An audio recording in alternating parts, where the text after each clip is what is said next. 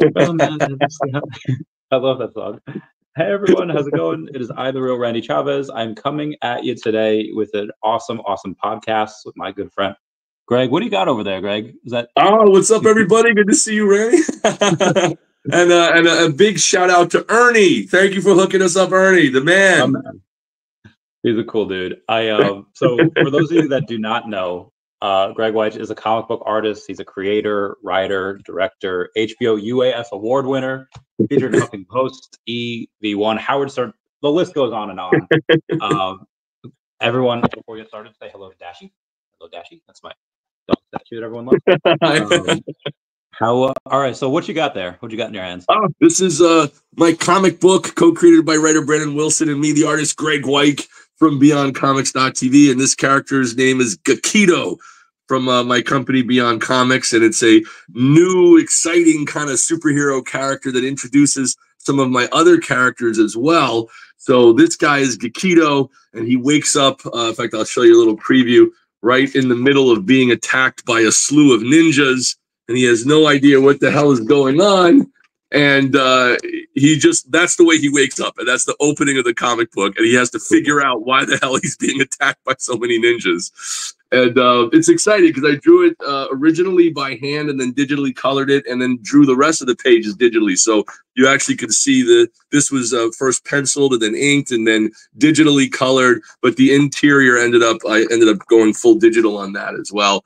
But all drawn by hand, so you can see the character here. GEKIDO means wrath in Japanese, and that is available at the website BeyondComics.tv, right there. Okay, so that one is that available? I know you said we could read it there. Could we buy? How do we buy the physical right now? Yeah, you can get the physical right off the website now because it's sold out. It was distributed by Diamond, which is Marvel and DC Comics former distributors as well. Currently still distributing the Marvel books and now my books at Beyond Comics. So if you go to BeyondComics.tv, you can get the signed copy there. Or if you want to read it digitally, you can search GEKIDO, which is also available at Kindle Comics by Amazon or Comixology on Amazon or Global Comics with an X. So you can get them over there as well. All the links are down below. Yes, links in the description below. that sold out, the physical copies. How many did you guys make? Yeah, it's really exciting because I had this idea to package the comic book separately. So I did different distribution runs. First, buying direct at Comic-Con, which was a prototype version that had the unmasked edition. This one is the masked edition here, but the unmasked prototype was done quite a number of years ago, actually, which we were on the Ice Loves Coco TV show with Ice-T from Law & Order and his wife Coco. It's exciting because I actually officially cast her as a character, which you can see right here. So that's the actual picture of Coco, and then the drawing I did of her as my character. She really dressed up as my character too.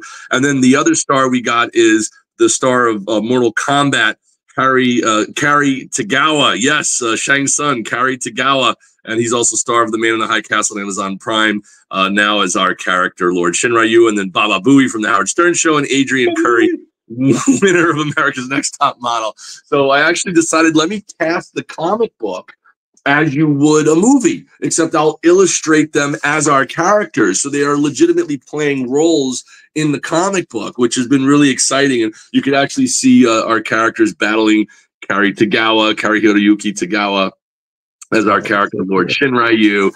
And there's another cool shot where we have Coco making her debut here. Boom, right over here. That's Coco. So hand drawn to look like her. And thanks, man. Yeah, and she's playing the part of Cleo, goddess of seduction. Has the power to control the minds of men to do her bidding, but it does not work on GEKIDO. And he's like, let's dance. And she's like, my powers don't work on you. I'm curious why. I can't wait to read this. Yeah, it's an exciting story, and here's my little cameo, by the way. Like Alfred Hitchcock puts his stuff in there, so there's my little, that's great. In the background, But it's been exciting, and what I ended up doing was we got a licensing deal from TV League Bison action figure toys. So in addition to, the few thousand books that we distributed with Diamond at, that distribution company, plus my website, plus Comic-Con, then I said, hey, let me package this new exclusive limited edition version with the action figure.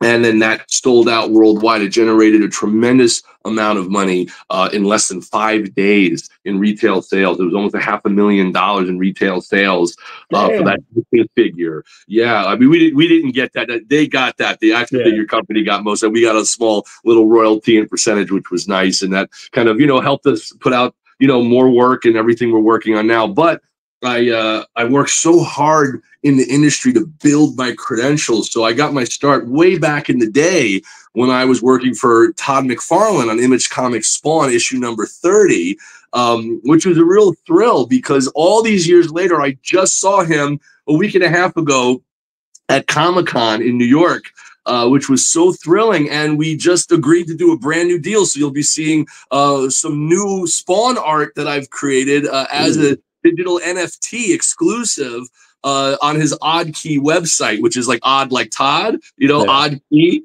So it's oddkey.com, and stay tuned. You'll see that launching there as well. So it's a whole new digital world and bring my traditional art into the new NFT world. And that's exciting because I know there've been some problems with NFTs or people who didn't back up their utilities. But in my case, I really produce comic books and I actually have the real products. And in addition to that, we'll have these digital twins of them, so to speak, to make it available for people and collectors, in the space. So I saw that you had the physical stuff there. How many of the physical copies did you sell? Do you know? Yeah, it was. I have to check my numbers, but I know we did a little less than 20,000 of the actual book if you put them all together. That's Comic-Con, that's website, that's distribution at Diamond, which was like a couple thousand, and then it was the action figures, and then some online sales as well. So we had different outlets, plus the downloads that we got from. We originally got signed by Comixology. Which approved us, and then that got purchased by Amazon. So then we have to do that again. We had to re-upload everything again when Amazon purchased Comixology, and it turned into this kind of Kindle Comics and all this other stuff. So all that work, we had to redo that all over again. Oh man, it was exhausting, but we did it. So if you put all that together, that's kind of roughly the actual individual units, I'm glad that. So I was looking over your the followers that I knew that also followed you as well. One of the most impressive ones on there was Popcorn and Rashid Al Farooq, who has the biggest comic event in the Middle East. And so nice. He's great. He's been really cool. He's been on the podcast before. He's an awesome dude. He's awesome. He's so nice. He has been such a wonderful guy. And, it's so funny because we both collect toys and artwork and action figures. So to be able to connect with him, and he's been very nice. He invited me to come out, to the Dubai Comic-Con out there, which was awesome. I haven't gotten a chance to be able to leave my art studio to get out there, but I would love to do it. It sounds like so much fun. Yeah, we should probably do that next year. We've been invited as well. VeVe's been invited. Yeah, it seems fun, and he's just like you said, he's an awesome dude. Really cool. He's got that big vault, with all his secret comic stash in there and everything. I want to see it. Geeking out. Yeah, I want to see it. It sounds awesome. I mean, just to have that and like people knows where it is, it's really cool. Yeah, it's exciting stuff. And that was the thing, too, is that I was talking to him. He'd asked me how I got my start in comic books. And I told him that, way back in the day, Todd McFarlane had hired me to draw the double-page poster pinup in issue number 30, which was Angela versus Spawn in that. So when I had done that artwork, that kind of was how I got my foot in the door, thanks to Todd McFarlane.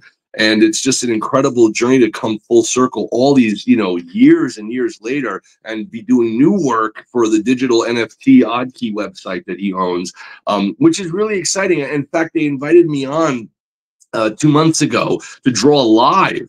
So I was drawing live on Odd Key on Discord. And I've never done that before, where people are watching me draw live for 3 hours.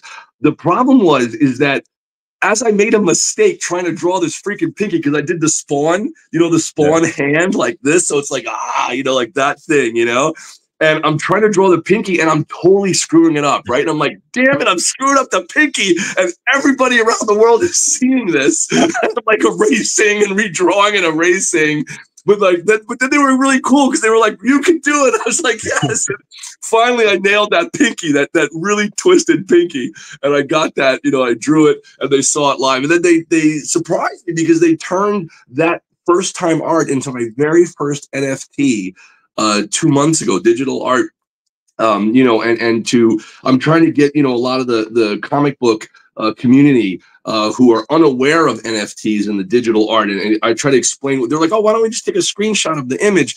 But it's not about that. That NFT is almost like a barcode or a special certificate, if you will, that holds value. So they auctioned off my artwork that I had drawn live on oddkey.com.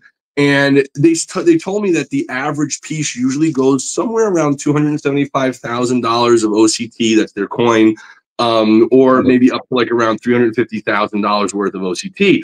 So I was like, oh, I said, how much, did mine end up auctioning off for?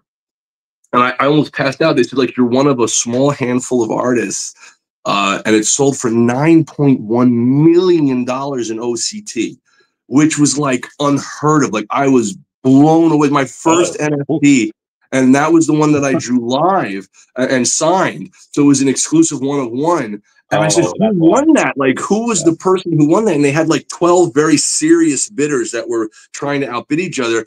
And do you know the guy who won is the special effects artist on the CW, The Flash, and Supergirl TV show? And he was the guy who bid all of that. And that's awesome because you can't buy that coin. Like, you have to collect that for years. So to spend, $9.1 million in OCT, that's bananas. And for those of you guys who are watching on my channel, if you're not familiar with it, think of it like Bitcoin. It's like digital currency that can fluctuate in value. And when you get a percentage of that, I get a small percentage of that, and they take the majority, of course, which is, just the way it has to be, I guess. But I was very honored to get anything out of that. But that's a digital coin that you could use to purchase real art in the future, or digital art or NFTs as collectibles, and trade them over time. So the value could continue to increase. So I'm learning about this myself because it's very new for me. That was my first NFT ever. So I was like, wow, I'm so excited. I want to hear more also from you, just to hear, because you're very knowledgeable about this, and I'm just getting into the space right now. So I'm excited to kind of hopefully bridge the gap between, the traditional comic book collectors to the digital space of collecting with NFTs, Yeah. So first I have to thank you for that, because it's been a very hard road to hoe when you have 2-3 years ago being at Comic-Con and asking these comic book people, like, hey, like, I like these comics, like, I've been reading comics for years, and we have these on this app called VeVe, like, have you ever heard of it? And I'd be like, no. I was like, oh, so they digitized them, Marvel made NFTs out of them. And as soon as I said NFTs, it's like I was in a dream and asked what time it was. They just completely ignored me. They was like, nope. And I was like, oh, okay, cold shoulder. And then slowly it's been you, Comics and Crypto, Rashid Al Farooq. There's been so many people that have been going out and kind of bridging that gap. So first off, thank you. And then I have to go, and I want your opinion on something. It's obvious that digital is the future, where Sports Illustrated no longer has their physical magazine. They just have it digitized. The Encyclopedia Britannica, they haven't made a physical encyclopedia in like a decade. It's been digitized. And now Marvel is, I don't want to say they're phasing it out. They're just, I'd say, advancing and changing and adapting with the times. And that, yes, everyone that has a local comic book store near them will still be, giving out all these books for everyone to buy every Wednesday. But now they're saying that you can also buy the digital version of that, not on a Marvel Comics website, but on VeVe Comics. And for them to do that, to basically give the keys of like the storeway and the titles to something that says VeVe Comics, what does that mean to you? What comes to mind when you first heard that they did that?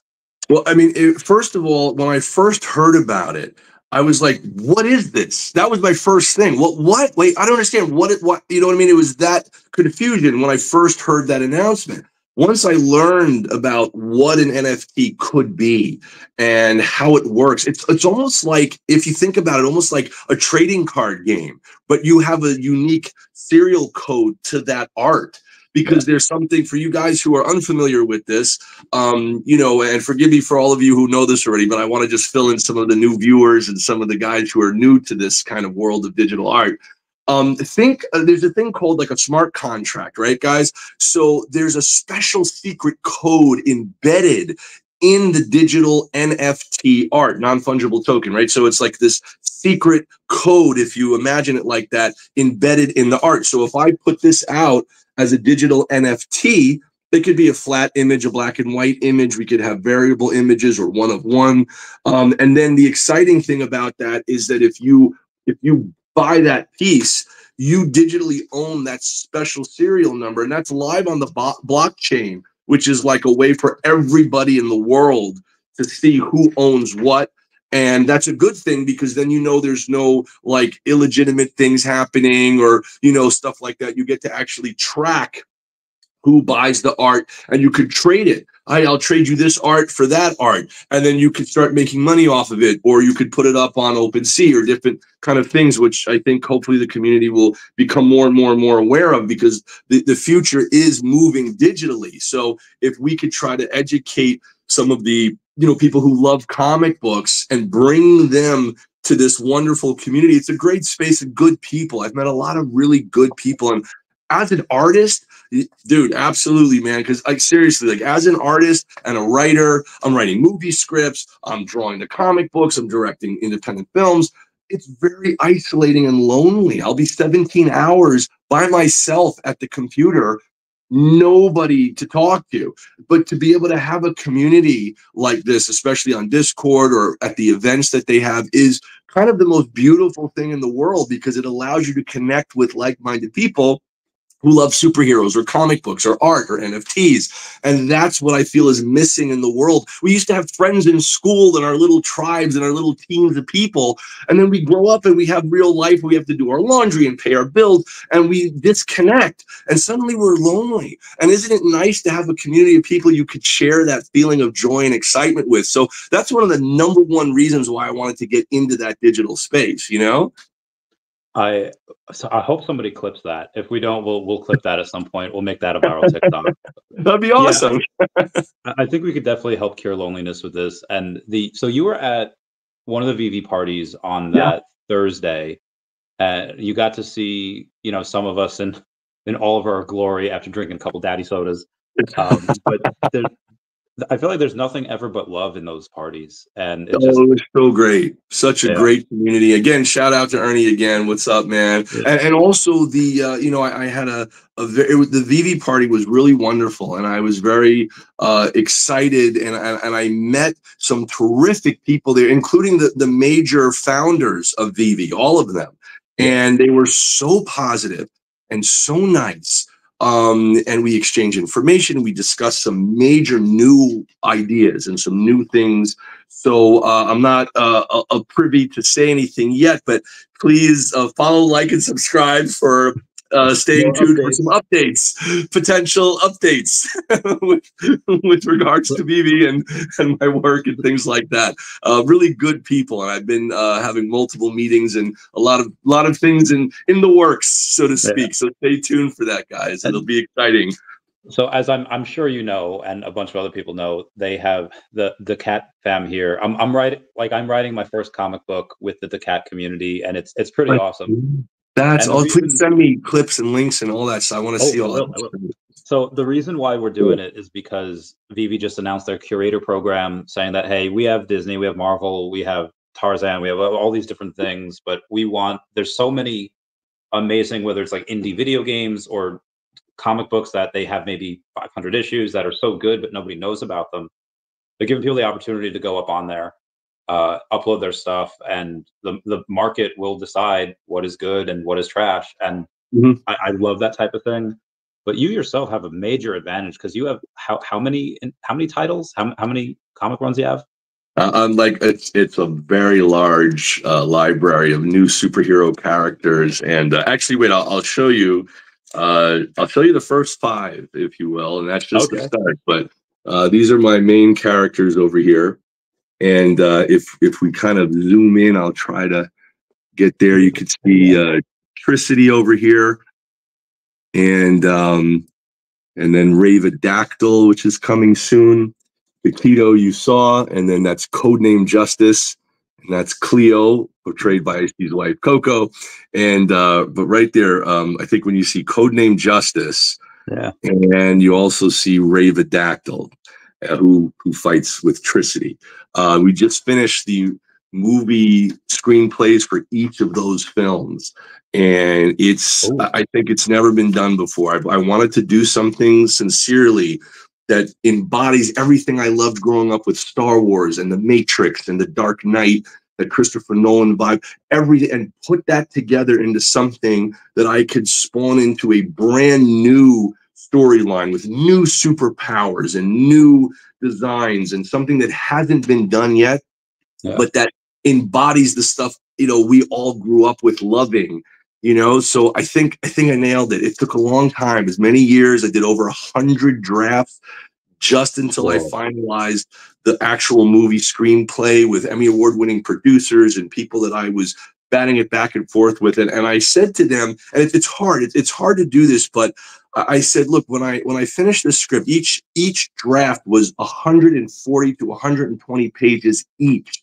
And you did 100 drafts? 100 of them, 100 from scratch. And doing it over and over for year after year, like no joke.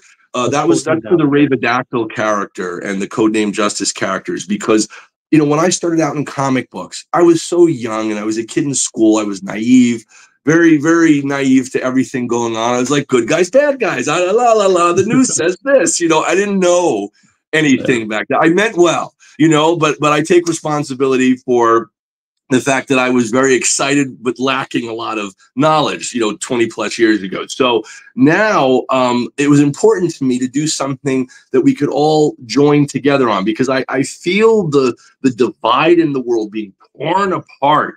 And I said, if I could bring people back together again through my work, through art, through the love of superheroes and comic books and dynamic, exciting new stories, maybe we could reduce some of that negativity that I'm seeing spouting out. There's so much hatred and cyberbullying, and everybody hates everything, and they're against each other and they're fighting. Let's try to agree to something positive that could bring people back together. And in addition to that, there's no more role models that everybody could look up to. It's divided. So if we could make fictionalized superhero characters that everybody could agree, oh, hey, yeah, it is a good message to save good people in need. It is a good message to empower the powerless who are good and try to bring positivity, through this kind of effort, while telling an exciting, kind of dangerous but thrilling adventure and drama story. I think it's something that maybe could be contributed to the world of comic books. I think there's a void there that I want to fill and contribute. So I'll be one of, many wonderful artists and creators that I would like to be a part of. And I think that's the thing. A lot of people want to tear down or compete against. No, man, we're all on the same team. We're all about art and creativity and creating things. Let's support each other, not tear down. Just my own personal way.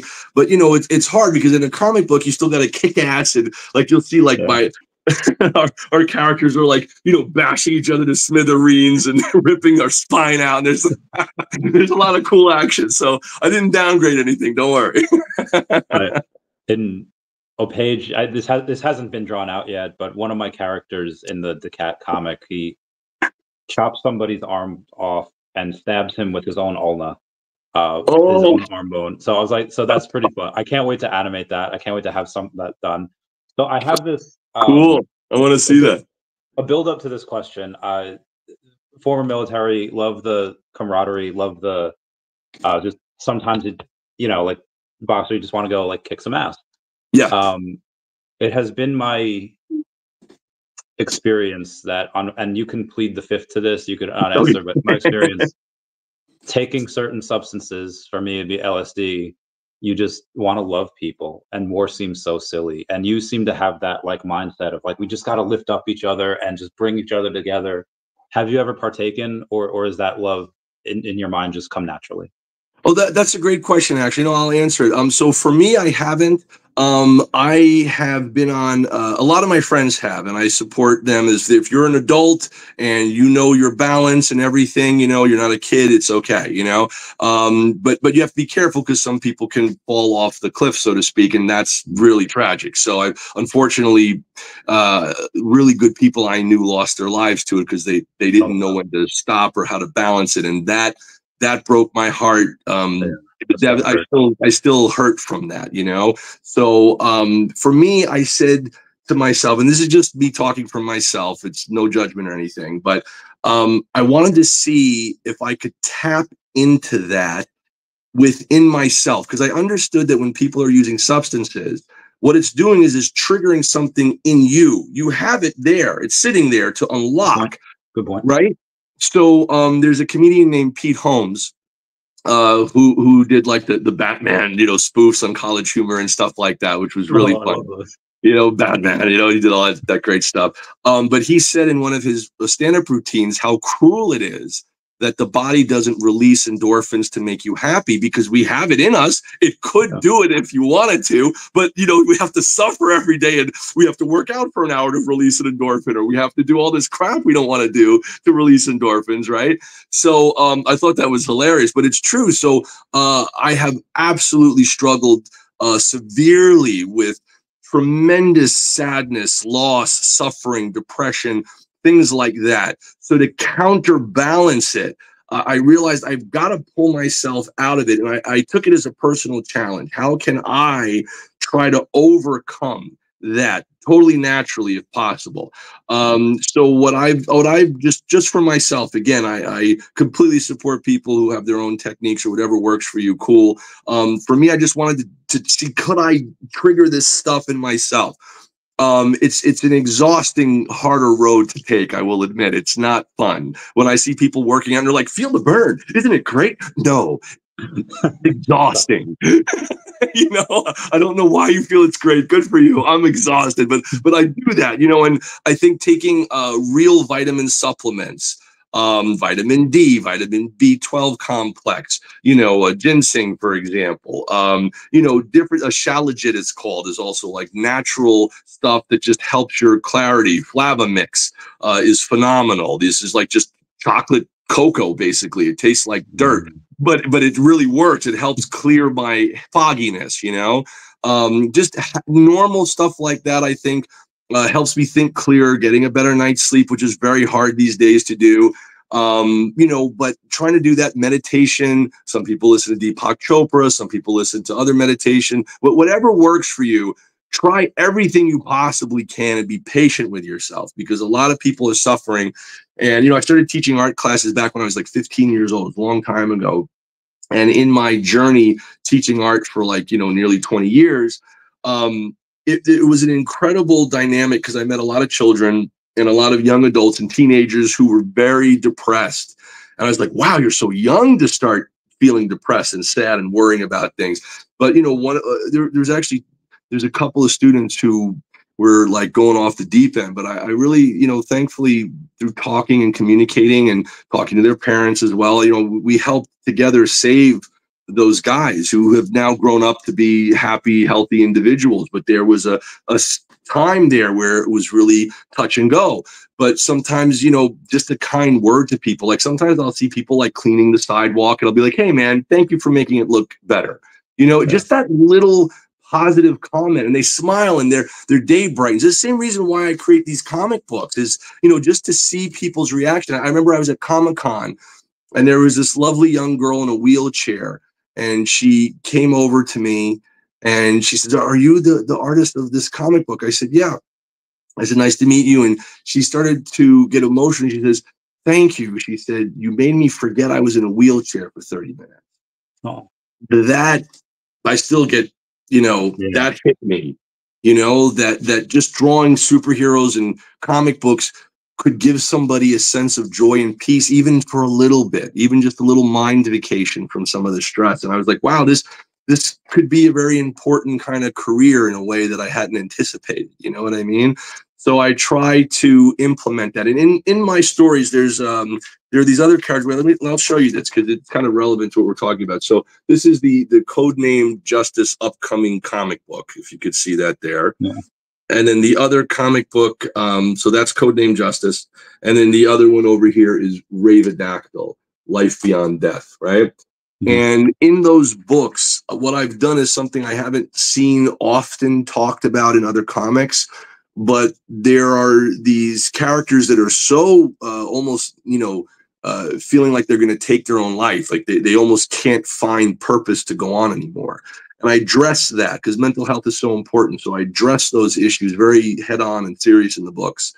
And through the discovery of these superpowers and helping others, they start to find purpose within themselves. So one key factor I try to keep as a motif in my comic books, that you could be a real life superhero just by helping one other person in need. That's all you need to do, and that motif, I think, if it's woven properly in a comic, not preachy, like we're talking now just as guys chatting about this, but you wouldn't notice it in the comic unless you really dive deep into the heart of it.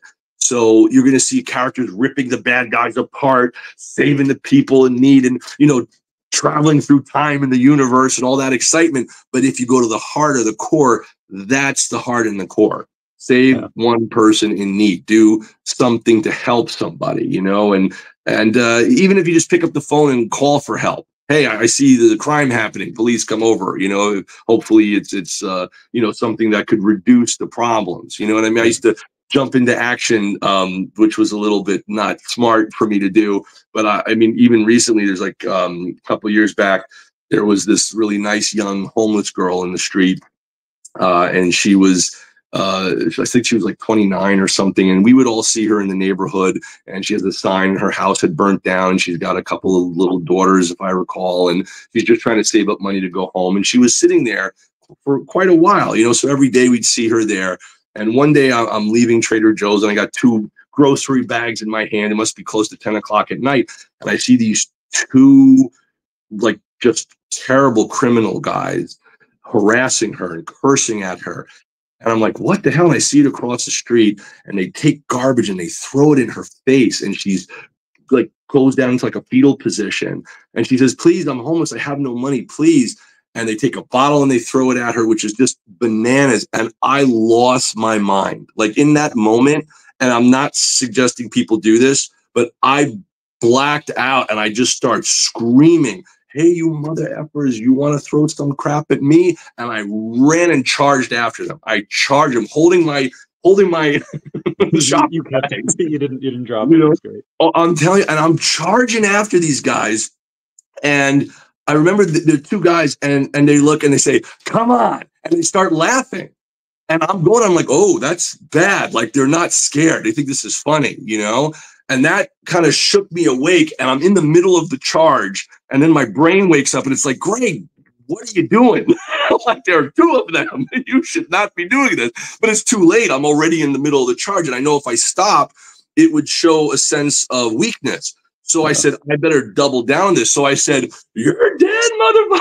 I went harder, and I just charged them. And then they got scared because they saw I wasn't stopping. And then they run. And I'm chasing them like 3, 4 blocks. And I swear I was like, I need to do cardio because I couldn't breathe. I'm like, I'm trying to keep my angry expression to scare them, but I can't breathe and I'm losing air because I'm going like I'm going after these guys, and then I swear like it was like divine intervention. This big truck like pulls like between them and they split in 2. And I'm like, I don't know which way to go. And then pow, I feel this bottle hit me in the head. And they took a plastic bottle, threw it, and it hit me right in the head.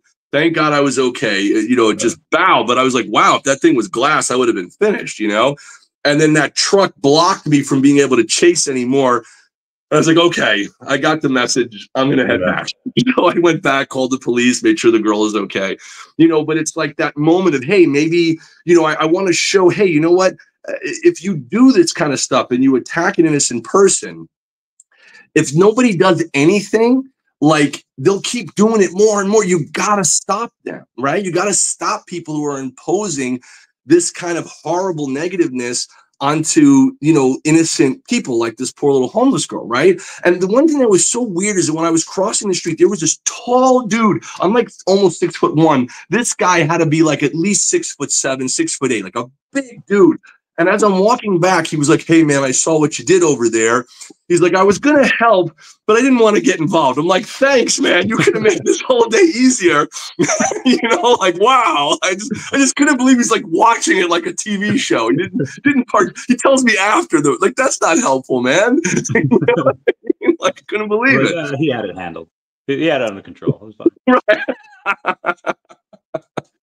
But yeah, man, it's stuff like that. So it's like, but in retrospect, and I will say this in case any kids are watching or anybody like that, it would have been smarter had I stopped, called the police, and then yelled across the street, "Hey, I called the police," and then went somewhere safe, because I did put myself in jeopardy. The guy did have his hand in his pocket. I don't know if he was pretending to have a gun or if he really had a gun, but if he did, that would have been it would have been over. Yeah. So I do not recommend people do that. I just was so lost in that moment, but it's better to try to logically, I remember the South Park character Hindsight Man, who says everything you should have done after. You know what I mean? So that's such a great show.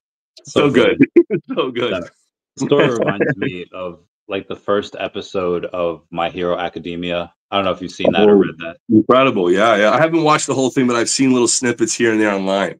Yeah, Bakugo is like in the clutches of this like sewer monster, and Midoriya has no powers at this point, and then he's just like trying to be like, "Hey, that's my friend," and doesn't think about it, goes after. Like, what is he gonna do? Like, he's got no powers, and yeah, that sort of reminded me of that. Also reminds me of the fact that it's really hard to sprint when you haven't sprinted in a long time, and your body like lets you know. That's exactly what I felt, man. My knees were killing me. I was out of breath, getting that cramp in your side from running too fast, and breathing too hard. It was, oh my gosh, but it's actually, to answer your earlier question, it's one of the things that also made me think, geez, I should start eating better, lose some weight, work out, go on keto, just for a short while, just a few months, and kind of, do all that kind of stuff to get myself back in shape again, and it's helpful, it really is helpful. It reduces a lot of the suffering, and, it's still hard, but I tend to think that if people can utilize things that inspire them, like music is missing from the world now. Like if you go to clubs or lounges, they only play songs that people get high to. Like if they're drunk or if they're on drugs or something, it's not real dance music. No one's physically dancing and moving like they used to. That kind of ended in the 90s, I'm like but yeah, no, agreed. I love every time I'm in the subway or like Central Park, I'll always go in and I'll give someone like $5, like, "Hey, can you play like Patrick Bell's Canon in D, or can you play Dvorak?" And like, awesome. That's awesome. love to take note of who stops, because there are people that stop, but most people don't. Most people, like, they just walk on their way. I was like, "Oh, this is such beautiful music. You should appreciate it whenever you want." Totally true. It's like, just take a moment and appreciate that. Especially some of the dance acrobatic performers that you see in Times Square or on the subway, like you were saying, that's always super fun. And there was a guy actually right near Bryant Park in New York City. Oh, yeah. And he was playing drums to Michael Jackson's Billie Jean song. And I just, like, it overcame me. And I started doing like the Michael dance and all this stuff, and doing that, and it was so much fun. Yes, but it was great. And he got inspired, and then I got inspired. We're both doing it together, and the crowd was forming. It was super cool. It was like a lot of fun. Have you ever seen that video? I think it's a homeless guy. He's on a park bench, and the park is like filled with people, and then he starts just singing like "Living on a Prayer." And then when he gets to the chorus, he's like, "Oh," and then everyone in the park goes, "Oh."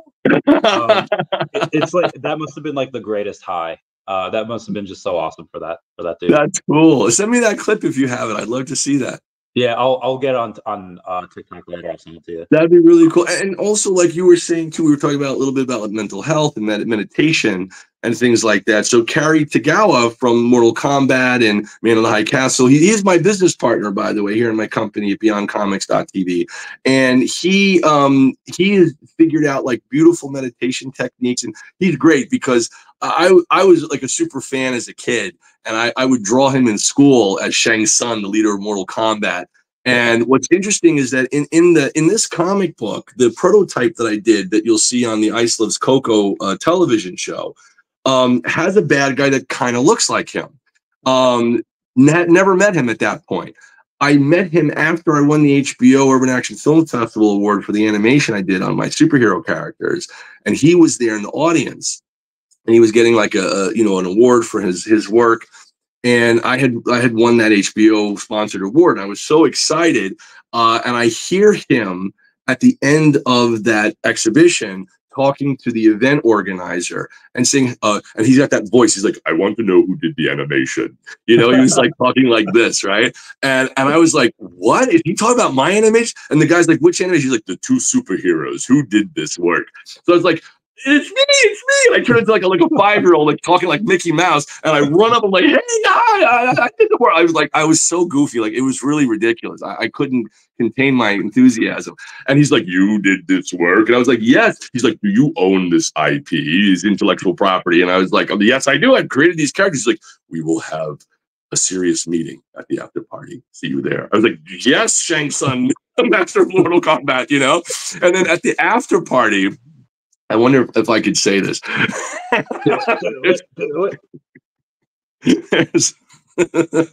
So there was a very attractive model person that caught his attention. So when I go to the after party, I have to say this politely. So when I go to the after party, he's having a wonderful experience on the dance floor with that lady who is super happy.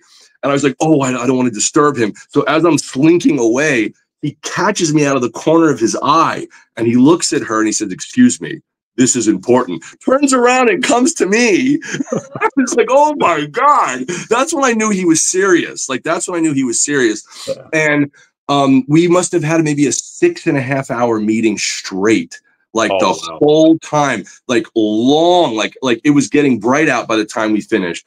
And one of the things that was incredible is he said to me, by the way, this is a picture of him for those of you who want to see when he was in the original Mortal Kombat and the new one, and the video games as well. And this is at that film festival too, which was so great, And he said to me that he wanted to go to Warner Brothers Interactive, who took over the rights from Midway for Mortal Kombat, and he expressed to me that, he said to them, "Hey, listen, you've used my name, you've used my likeness, I've supported the franchise. Can I buy equity in your company?" And according to him, he said that they would not let him get equity. So he couldn't own a piece of it. And they're using his name, his likeness, everything. So, that's a shame. They rejected giving him equity. So he looked at me and he said, "I will invest in your company on one condition, and that is if you allow me to buy equity in your company, you could also sign a licensing deal to use my name and likeness for your new characters that we have in the comic book." And I was like, "Of course." I was like, "Sure." And he had his entire team check me out and everything like that. And, after they did all their, their due diligence and everything like that, we got approved, and he became my business partner. And that's how this all happened right there, And then of course, recently at Comic-Con, like I had mentioned, seeing Todd McFarlane again, he's so wonderful to be supportive. He's really Mark supportive Hamill over there. Yeah. And Mark Hamill was holding my comic book over there at an earlier Comic-Con a few years back. And then before he passed away, Stan Lee, who was just so wonderful. And one of the things that people don't know who haven't seen, I mean, I have videos posted, but I also met Steve Ditko, the co-creator of Spider-Man and Doctor Strange. And he had an office here in New York City in the 50s. What an amazing experience that was. I was terrified to go and meet the co-creator of Spider-Man. He was like a recluse. He vanished from the industry for like 30, 40 years. And I remember seeing, I think it was the Ross show, right? In England, who kind of had posted that his office was in Midtown. And I was going to a dentist appointment in Midtown. I was walking by his office and I was so scared to go inside, but I was like, I have to try. So my second time in the area, I went inside and the security's like, oh, no, no, no. You know, he's not seeing anybody. I said, Mr. Ditko is in this building? And he's like, they're like, yes, yes. But he won't. He's like, are you press? Are you trying to get, you know, news? Or I said, no, no, no, I'm not. Are you paparazzi? No, no, no. I said, I'm just a comic book creator and an artist like him. And I just wanted to thank him for creating Spider-Man and Doctor Strange. And the guy's like, listen, he says to me, the guy calls me kid. He's like, listen, kid, I don't think that you should go up because he's a recluse. The last person you saw was his nephew 4 years earlier. He hasn't seen anybody in 4 years. Just like total release. Like he's like, it's very, very peculiar guy. I wouldn't go up. I said, no, I want to try to go up. Could you call? He's like, okay, I warned you. I said, okay. And he calls up and he says, Mr. Ditko will see you. We'll see you. Come up. I said, are you serious? So I was so nervous and I was like, wow, you know, and I go up to, and it says S Ditko right on the door. And I'm waiting and I'm like sweating and I'm so nervous. And then Steve Ditko opens the door. And you know, and you have to understand, like, since I'm born, like, you know, I think 2.5 years old on, I was in love with Spider-Man and Doctor Strange and all these terrific characters and Superman and Batman, all these superheroes, DC, Marvel, you know. So seeing him in person, it was like, wow, because there's only that 1 or 2 images of him in black and white from the 70s that have been published and nothing else. So he walks out wearing the little paperboy hat, you know, that remember back in the 1920s, 40s, they would throw the little newspapers, a little bike hat. So he's wearing that in this perfect suit. Like he looked like a statue walking out of Bloomingdale's. No creases in his suit. It was unreal. And he walks out and it's like just perfectly pressed suit. I was like, wow, you know, but from 1940, you know, like he looked like that.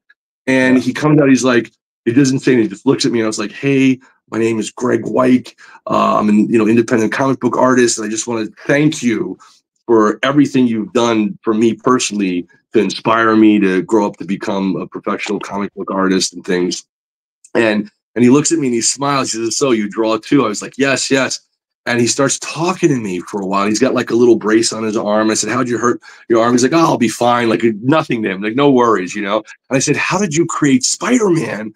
And he's like, ask my hand. And I was like, that's the freaking pimp answer right there. Ask my hand how I created Spider-Man. That was awesome. I was like, excuse me, okay, sir, you know?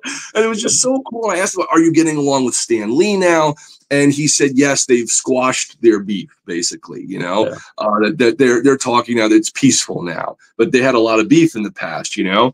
And, you know, it was an incredible experience to kind of have him tell his stories. And I said, well, what happened? Why did you leave comics? And he was revealing how upset he was when they were pushing the classic creators out and just making room for all the new guys who were replacing them. And he was very offended by that, rightfully so. And, you know, one of the things that was so incredible is we were sharing like industry secrets that like nobody knows about. And I said, you know, I mean, Spider-Man means so much. And he said something that really broke my heart for real. And he said, oh, all of it's meaningless. I was like, what? He's like, it's all meaningless. It's random. Spider-Man just randomly became famous. It's all meaningless. I only focus on the new work, he said. And I said, listen, I hear you, but I want you to know it meant everything to me and others like me who love your work. And it has inspired my life and others. And he stopped and he smiled, you know? And it was like a moment where, okay, maybe he felt offended because of what he'd gone through in his career, and maybe he felt there's no meaning with it. But for a moment, I got that glimmer in his eye back, and he understood we love what he's created, and it has meant something to us in our life, in the way that we, you know, do things. And the motif, again, of trying to do right by others, that's what the superheroes are, right? Yeah. So I said, look, everyone at Comic-Con loves you, and we wish you would make an appearance. You have billions of fans everywhere who want to meet you. And he's like, no. He's like, I just focus on the stuff I do today, and that's it. And, you know, he's like, but thank you. He said, thank you. And he looked at me. We must have spoken probably like 30 minutes or something. And he looks at me and he says, you know, you're one of the first people who haven't asked me for anything. You didn't ask me to sign anything. You didn't ask for nothing. He's like, you know, and that opened him up, I think. You know, he just saw that I just wanted to thank him. And I said, listen, when I put out this book is what I was working on. I said, give me about a year. And when I put it out, I want to bring you a copy, the new version of this. This was like literally like right before the pandemic hit, and I go back almost, it must have been close to a year later. And I was going to give him the book. And unfortunately, they said that he had passed away. And I was shocked because it was not in the news. It was not in the newspapers. It was nowhere to be found.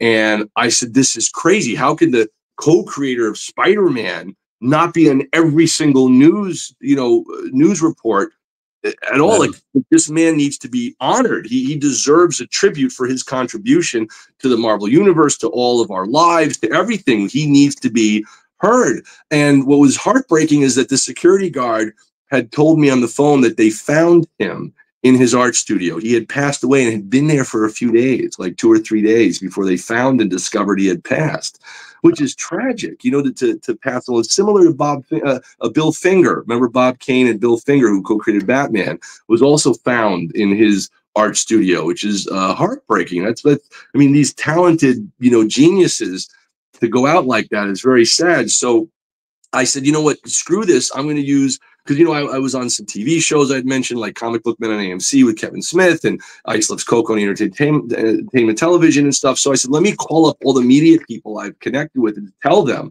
And the number one person who was interested was Hollywood Reporter. And I said, please give this guy, Steve Ditko, the tribute he deserves. He's the co-creator of Spider-Man, Doctor Strange, and a lot of the, reason why everything is the way it is with superheroes, and they totally were the first person to say yes and to report on it. They even mentioned me, which was very nice of them. They didn't have to do that, and I thought that was very kind. But if you check the time stamp and date, it was they were the first to break that story and put it out and give him the proper tribute. And right after they did it, everybody else then followed. Everybody, once Hollywood Reporter did it, everybody else then jumped on to report on it. And that's the tribute that Steve Ditko deserves, because he is a wonderful co-creator of Spider-Man and Doctor Strange and these terrific characters that have inspired us. And one of the major reasons why I do what I do as well. So it was good to have, Stan Lee have his tribute, Steve Ditko have his tribute. These are important people in the industry, And I was, one of my teachers was Denny O'Neil, who was the editor of Batman and DC Comics, and, other incredible people in the industry that had done a lot of amazing work. So he's another one that I miss, who passed away, unfortunately, also. Some great, Joe Orlando. He was, I think, vice president of DC Comics. He was a wonderful artist as well. He used to get so mad at me. He's like, Mike, you can do better. God damn it. Come on. You can, he'd really get on my case. And I think that's one of the important things. You have to be able to take the criticism and know the difference between when somebody is like a terrible, bad cyberbully just trying to compete or put you down, versus when someone's really being positive and angry because they know you can do better. They want to get, so like when I was writing those movie scripts for these characters, that's the characters Ray Vidactyl over here and Codename Justice over here. I said to these Emmy Award-winning screenwriters and movie producers, I said, please, kick my ass. Tell me how to make this thing better. Don't just say, oh, okay, it's good, whatever. And I remember this one guy, Chris, was really terrific. He sold scripts to Chris Silva. He sold scripts to Netflix and things and Euro stuff as well. He's a really good screenwriter. And he had talked to me, and he read one of my scripts. For Codename Justice. He's like, okay, Greg, this is really great. I was like, oh, wow, thank you. He's like, but why did you stop there? I said, what do you mean? He's like, why did you stop at great? Why didn't you make it epic? I was like, I'm listening. Teach me the ways of the Force, Master Yoda. What am I missing here? And he's like, you know what? I normally don't do this, he said, but I'm going to get on the phone with you on a Saturday it was. And he said, we're going to spend 17 hours together going over the next 11 pages of your script until you get it. I was like, yes. He's like, I don't have time to do this. I'm doing it just because I believe in what you're doing, which I was really touched by. So he saw that there was a kernel of potential there, and he got on the phone, and this guy pounded me like a drill sergeant. We became like word surgeons. And I mean, what I learned in that 17 hours really took it to the next level. So the screenplays and the scripts and rewriting everything from scratch, it is a huge difference. It's, to have an idea is great. To tell a story is fine, but to make it special, something that you will remember for the rest of your life, like The Matrix, like Star Wars, you know, Indiana Jones. These are epic movies. The first Superman film with Christopher Reeve, you know, these are like epic films that last beyond a lifetime. So I wanted to achieve that. And I wouldn't stop until I did it. And I remember at that 17th hour, he's like, so how do you make that sentence better? How do you make that scene better? How do you tell it better? And then I said, how about we do this, this, this, this, and this? And he was like, we're done. See you later. And that was it. And it clicked. It clicked. Like, it was really a light bulb moment, down to the pattern of the way the page looks. Really interesting stuff, like a Rorschach symbol, if you will. So I'm not even just writing a script. I'm making shapes with words and doing things that are like on a different level. Like, it's a different level. And it's very intensive. And I sat at my desk and literally would fall asleep at the desk and wake up and continue and grab a snack, go to the bathroom, fall asleep again, keep going 3 months straight until that script was done. Because like, you get into a zone. And when you understand that code, it's really magical. It's like a mathematical equation that unlocks. And if you could tap into that and write that script, it's good, you know, and then when you're done, you're burnt out. Like, I was burnt out after I finished that script, but I have some major Hollywood producers, thankfully, you know, we're in talks. So let's see what happens. You know, it was not easy. It was a real dedication. Like, you really have to, it's very different than writing comic books. Comic books are very challenging and unique unto themselves. It's a different career than writing movie scripts. They're two separate careers. So I had a kind of like, I was like, oh, I could draw comics, I could write comics. No. I had to go back to basics and learn from scratch. And by the way, if there are writers out there who want to learn how to write screenplays, start with Sid Field. He was a big impact for me before he passed. Another great guy who passed away, God rest his soul, Sid S.Y.D. Field, and how to write a screenplay. Start there. It's a quick $6 book. You could read it in 2 hours. It's very big print, you know, and that will help set people on the right path to understand the structure of screenwriting and how to fit your idea into the anatomical structure of a story that can be something you can sell. So what clicked for me is understanding that you could have a great idea and you could tell a great story and you could apply this, you know, anybody could apply this technique, but understand that there is an invisible skeleton, right? And you can't put the shoulder by the ear. It has to be here.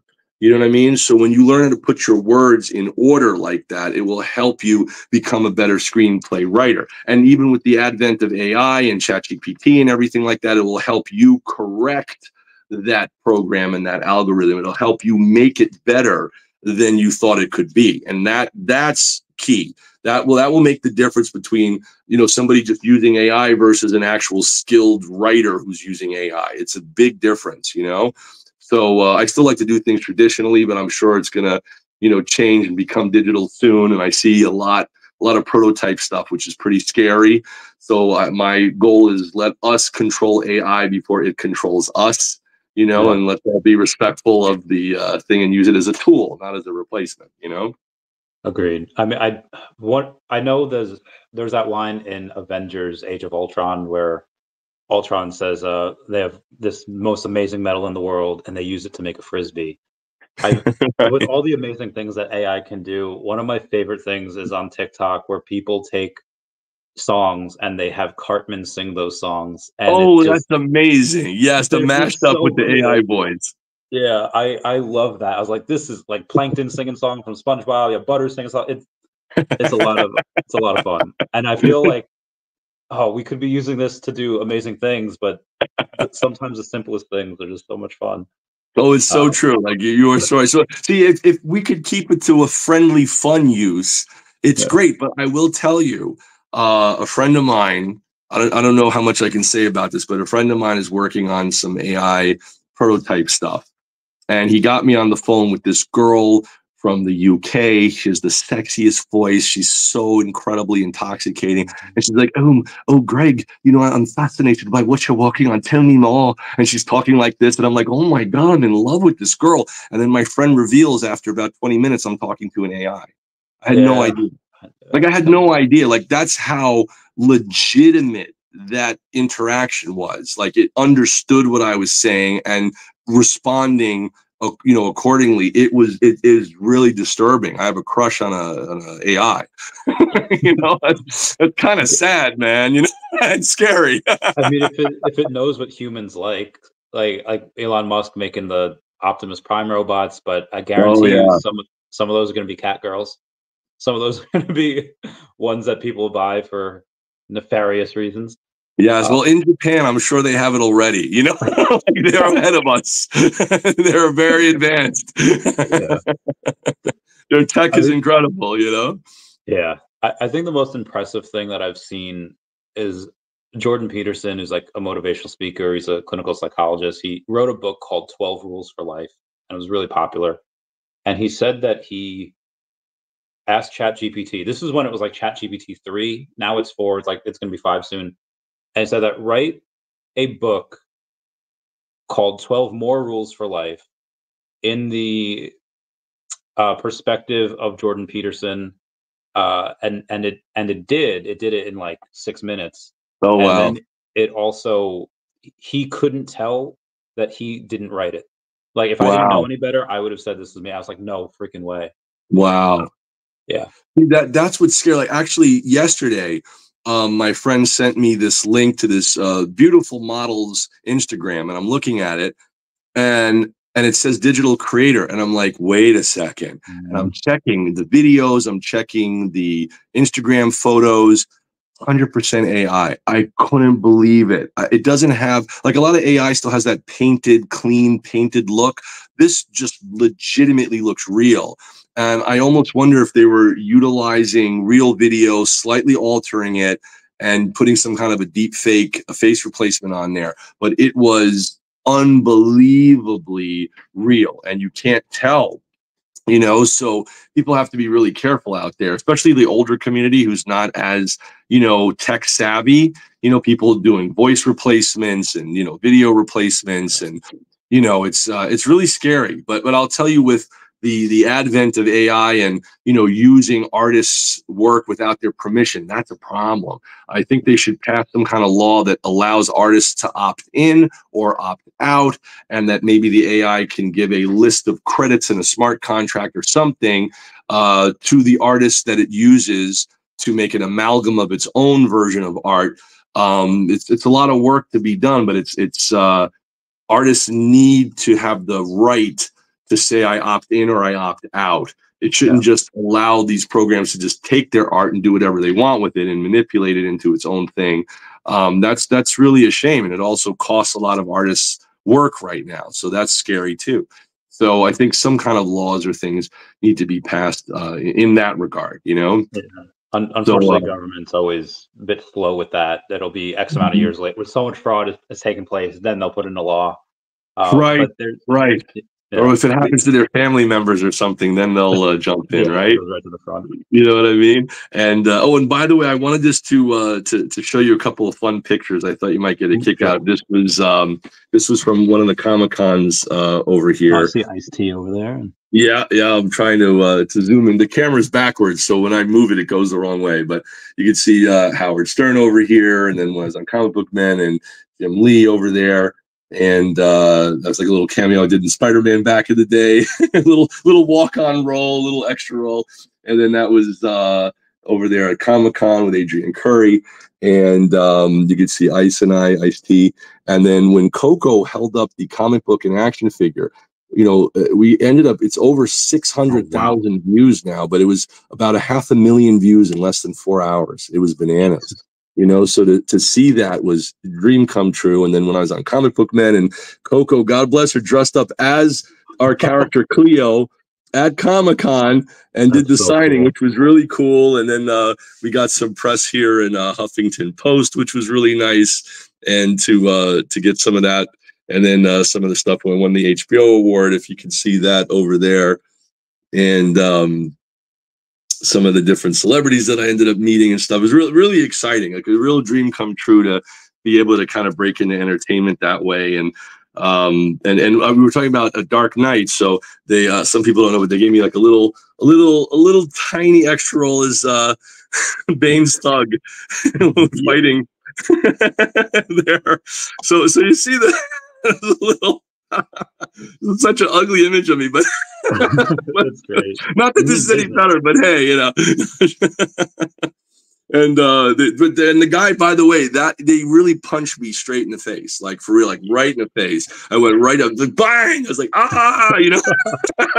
It was, ow, you know. But it was crazy, but this was cool. This one guy like threw me up against the Batmobile tumbler over there, which was super fun, and that was at the actual premiere at the New York Library, and they lit it blue with the red bat symbol, and they had me like with this like machine gun over here. As one of the thugs there. That was such a fun kind of thing, man. It was a great experience to do that and stuff, you know, and to be able to just, you know, I turned into like a 2-year-old. Like seriously, like Christian Bale walked out and it wasn't a stunt double, it was him and Tom Hardy as Bane. And I was like, oh my God, it's Batman and Bane. And I was like I turned into a 5-year-old on set. It was so cool. You know, and I remember the director, Christopher Nolan. He's actually very good at knowing people. So he's like, "Hey, you." I had a ponytail at the time, so he's like, "Ponytail guy."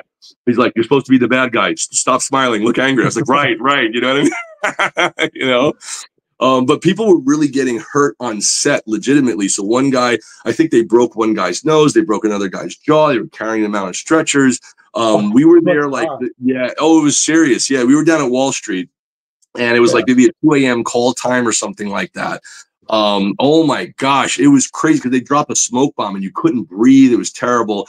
And I remember they have like, I think it was like 250 or so of us on Bane's side and then like 250 people on the police side. What I didn't know, and they told me this, I don't know if it's true, but they told me that they had to cast real, like I think 50% had to be real police and military who are not actors, right? So they're mixed in, all dressed as cops and stuff. And they put us in the Wall Street scene, if you remember that in the third Batman movie. Yeah. Right. You saw, right? So when you saw that, oh my God, when we smash into each other, like, okay, and action, everybody go. I was at the front of the line and I felt my body lift up off the ground as the whole team of people were pushing us forward. And I felt so unsafe. No kidding. Like it was completely out of control. And there's video of this too. You can see it on my YouTube channel as well. But somebody was filming over one of the buildings looking down. So you could see the guy who punches me straight in the face for real. You see that on camera. And yeah. And then this other guy grabs me and he smashes me into that Batmobile tumbler. And it hurt, but I was like, this is the coolest thing ever. Because like, how many people can be smashed into a Batmobile? You know what I mean? So, so that was cool. And then they're like, okay, cut. They're like, let's do it again. And I was like, oh my God, this is terrible. So people kept getting hurt. I got hurt. People got much more hurt than me. So I went to Christopher Nolan, which was so funny. And I said, I don't know like how I did this, because when I think back, I'm like, what was I doing? But I walk up to him, I'm like, Mr. Nolan, I said, I'm so sorry to disturb you. I said, I'm one of the, the extras with a walk-on role here as Bane's thug on the side. I'm one of 250 people. I said, but we're kind of getting hit like for real, and it kind of hurts. And some dude punched me, and I see them bringing someone else on a stretcher. He's like, "What?" I was like, "Yeah." I said, "You probably didn't see that." I was like, "But I said, is there any way to fix that?" I said, "Listen, I just do independent films. I'm a comic book artist. I do independent shoot stuff." I said, "So I'm not at your level, whatever." I said, "But is there any way to fix it?" I said, these people could go crazy or create a lawsuit or do something. He's like, "Thank you." He's like, "I'm going to rework this." I was like, "Oh, okay." He was really attentive, So he said, "Everybody, take a break, 2 hours." So we all break for 2 hours. Then we come back. He's like, "Okay, we have devised a new way to fix it." He's like, "Everybody stand with your hands out like this way and in front of you. And that's the distance between each person." He's like, "And action." And everybody smashes into each other again. Absolutely did not help. Like all that work and planning did nothing. Smash right into each other again. Completely the same problem. It was a total mess, But this time I got an idea and I said, let me run to the outside of the line. So I run on the outside. I'm doing this so that I'm not in the middle anymore. And again, you can see this on my YouTube channel because they have behind the scenes footage. Oh, and that's shown on the DVD extras, part of that. Right after I got hit, I'm like, oh, like this. And they showed that on the Dark Knight extras, which was incredible, Oh, that's so cool. For the first time, I went to Pittsburgh. It was a Pitt game, the college, and they play at Pittsburgh Steelers Stadium. And it was my first time there. I was like, oh, this is where Dark Knight Rises was filmed, and Oh, that that was it, right? The stadium, right? Because yeah, yeah. Dark Knight Rises. That's it. That's it. Yeah, so I was like, that was just cool. That's That awesome. whole, Yeah, it was really fun. It was a great experience just to be a part. But the call time was like 2 o'clock in the morning. I had to get up to get there at 4 a.m. Make up, put you in the outfit, and then we went all the way to like 8:30 at night. We did that 2 days in a row in that section, and they combined that footage from Wall Street with also Pennsylvania. There was like two different locations that they made look like one, but they blacked out the night or the day. It was incredible. They had a crane come with a giant black sheet to block out oh, the sun. I've that's never so seen cool. anything like that in my life. And when I say a giant crane black sheet, I'm talking like the size of a building, like a giant black cloth, the size of a building to block out the sun. And that's how it has that kind of dark, muted look. That's not only done in post. If you look at the behind the scenes when they shoot that stuff, you'll see it's kind of less sunny because it was such a bright sunny day, you know? That is so cool. I Yeah, it was hadn't thought of really that. cool. It's like Yeah, blackout curtains for the sun.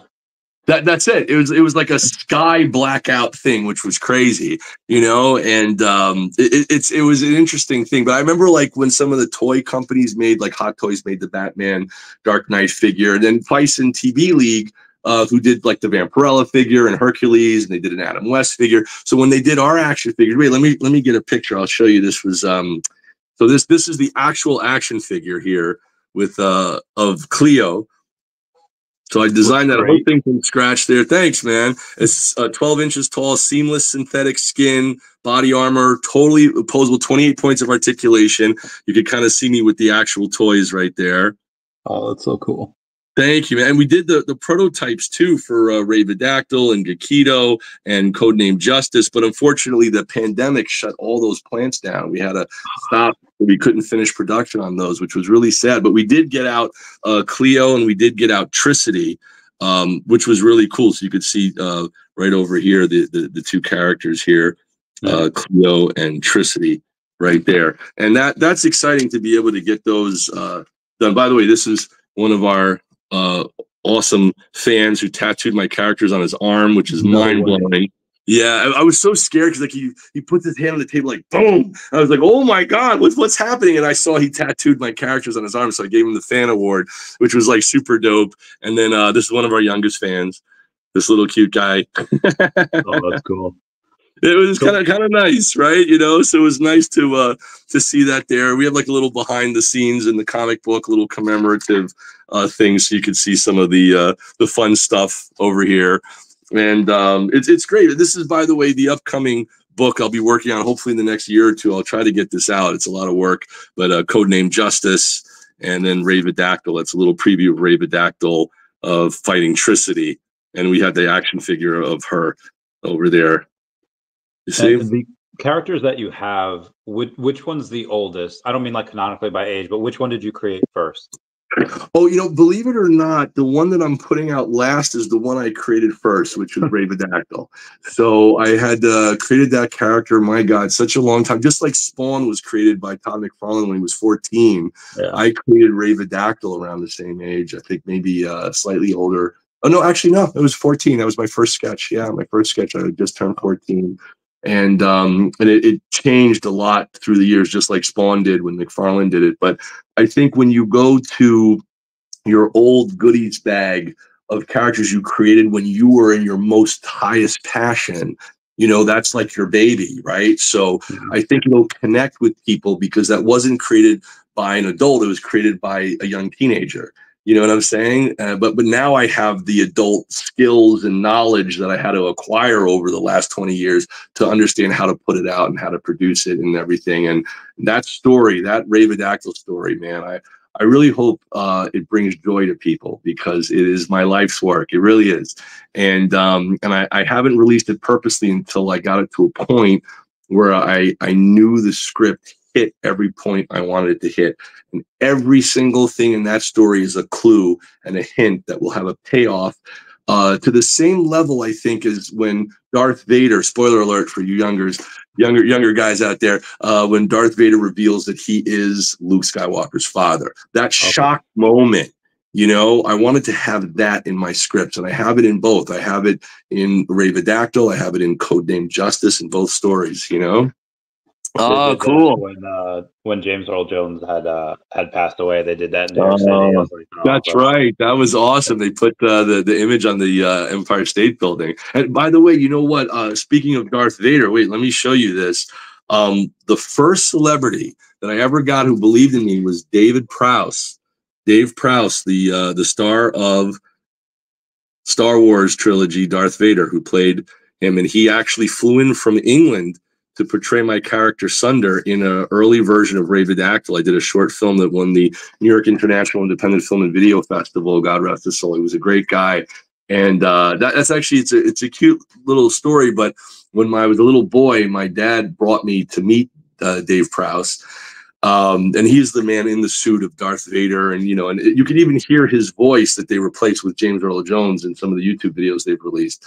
But Dave Prowse has that huge, you know, Darth Vader presence and the way he carries himself. So I met him, and he was talking about again, I must have been like around maybe like, I don't know, 6 or 8 years old or something like that. But he was talking about how upset he was that in Return of the Jedi they don't show his face. They finally, after all those movies, after 6 years, on the third movie, they take out, you know, his mask, right, which is episode 6 technically, right, and it's a different actor who plays, you know, Darth Vader underneath at that last minute. So he was so discouraged. So I said to him as a little boy, again, I must have been like maybe 8 years old. I said, "Don't worry, when I grow up, I'm going to make a comic book character, and I'll make sure you show your face." And he said, "Thank you." And he pats me on the head, and that's it. Fast forward 25 years later. He's at Comic-Con, and I have this idea to create my comic book company and all this stuff. I did not have a character for him yet.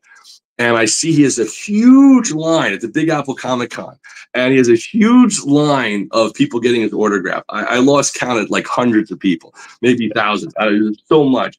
And I was like, oh my God. And I was signing the stuff I did, you know, the old stuff I had done for Spawn from McFarlane on that double page pinup, right? So I was like, I've got to get his attention. So I run behind the stage and I jump out where his table is.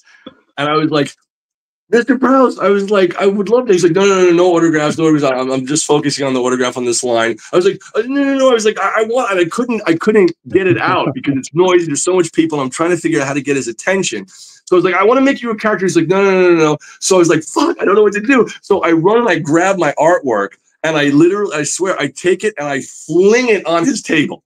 Just fling all my artwork on his table. I lost my mind. I was a very ambitious kid, okay?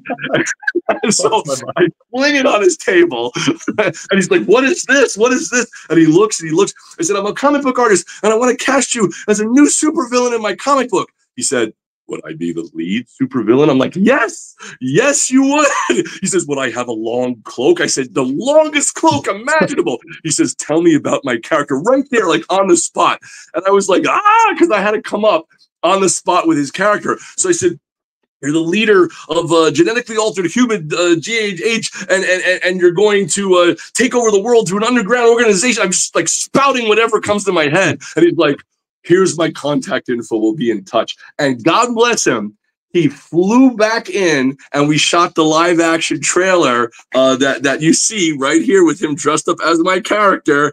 And that is, in fact, the one that won the New York International Independent Film and Video Festival with IGN distribution, which was a dream come true. And man, that was exciting. And you know who else was in it too? I was able to also get Coolio, Grammy Award-winning rapper. And also the guy who played Turk in Scrubs, Donald Faison. I love him too. I've seen every episode like at least 5 times.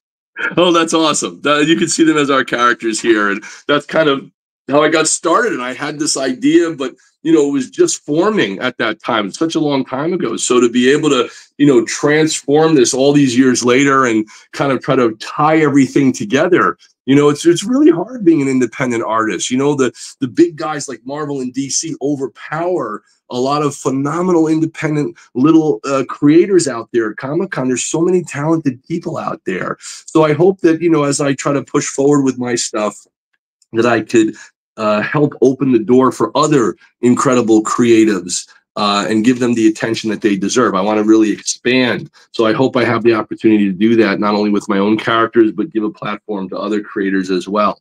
Because there's a lot of good writers and artists out there, and they deserve a voice too, you know? Yeah, my friend Josh does a pretty good job. He did the Deviant plot, Children of the Woods, Oh, for cool. Cannibal Records, and I was talking to him the other day because like we were trying to lock down an artist for the cat comic, and Cool. I didn't, obviously it's well worth it, and I feel like tattoos you get what you pay for. But some people were like, yeah, you know, charge like $350 a page, and I was like, ooh, that's a lot more than I was expecting. Yeah. So it's like, okay, we have to. So yeah, we'll try that. I'll keep you posted how it goes. But if you know any good please. artists, up and coming ones that just want to prove themselves, Yeah, absolutely, absolutely. You know, it's really rough. I think it comes down to the amount of time it takes. Like, for example, with this level of detail, this art, it's drawn much bigger. This is the like 11 by 17 was the original size, but once I switched over to digital and I'm doing like the interiors and stuff like that, that's when I was drawing it like big, so you could blow it up into a poster. So down to the eyeball, you know, is detailed. And those things, like pages like this, you're looking at like 10 to 12 hours for penciling, then another 10 to 12 hours for inks, and then another 8 to 12 hours for color, depending on the level of color. And plus you need to do the word balloons and placement of that, and then the color separations for printer, you know, so the printers, and it's a tremendous, like 36 hours for one page. So if you think about that, right, 36 hours, you know, you just multiply that and you know, by 10, you're getting like $10 an hour. If there's your 360, the work week. Yeah. It's like that. I mean, you know, it's very hard though, because you want to have good quality. You don't want it to be done schlocky or not. If some people have like a simple style that they do really quick work, you know, and that might be better, but still, it's still good work. So people should be paid for it. But it's very hard for independents. One of the reasons why I don't, you know, crank out books constantly is because I have to save up to be able to get enough investment to plan for marketing, legal, and print work and distribution and all of that stuff. And, you know, and companies, like most distributors will take like 60 to 70% just for distribution costs. That leaves you with maybe, you know, it leaves us with like maybe, you know, 30 to 40% of whatever the book makes. So if the book is $5, you know, you're going to be making like, you know, such a small amount. And then you have to use that to pay for shipping and printing and your team. It's a lot of work to do it, you know? So the idea is to try to utilize different techniques, Kickstarter or, you know, Indiegogo or things like that, which we might do as well. We might do that too. But right now, like we have some good investors and some good people, and we're opening it up to other people. So if some other people want to invest and they're serious, get in contact with us and we'll put you in touch with our legal team, and they'll, you know, send you all of our, you know, projections and deck and executive summary and financials and all that, you know, stuff, and our cap table and ledger and all this kind of, you know, legal stuff that I had to learn, you know. Is there a minimum? Like you need to invest at least 50,000, or is it right? Yeah, we have minimums for institutions, but if they're individuals who want to invest a smaller amount, we have an advisory board that some of the celebrities are on, and we will say, okay, here's what they are offering, here's what they want to invest, even if it's a smaller amount, and we'll try to see if we can get them special approval as an individual versus as a corporation or something, you know. Oh, that's cool. And all right. That way it gives a chance to everybody to own a little piece of what we're doing. So hopefully, you know, in the long run, we could all celebrate together as we're creating this new universe of characters, you know. And there's so many characters that I have, like, and they're well fleshed out too. Like there's a lot of cool characters. Nobody's heard of them. So I'm excited about it. Like I've only revealed 5 in this book, but I have like hundreds of characters, you know, and they're so that GEKIDO has 5 first appearances. No, so GEKIDO is one character, right? Then we have Ravidactyl, Codename Justice, Tricity, Cleo. Those are the main star characters. There are other characters in the book as well, so it's technically there's a few more, but those are more background characters, you know. So, but these are like our main hero characters that we have here, and I think we'll launch pretty strong with Codename Justice and Ravidactyl.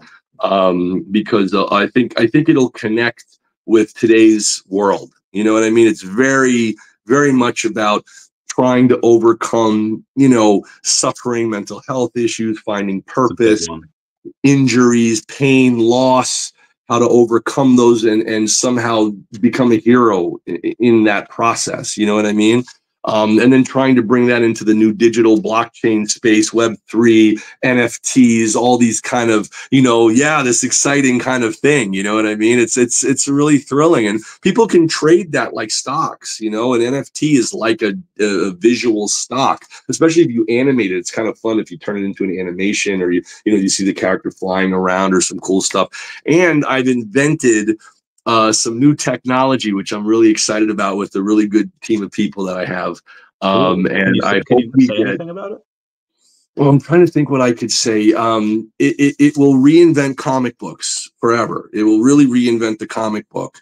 And there have been little previews of this done in very small, minute ways, but never combined into what I want to do with it and take users into a traditional comic book and bring digital and multimedia into that traditional comic book and turn it kind of upside down on its head. So I think it'll make the experience more interactive and more exciting for users who get the book, for actual consumers and fans. And I know for me, honestly, I kind of do this for myself because I love this stuff. And I know what I would want to have happen in the comic, but what I haven't seen done.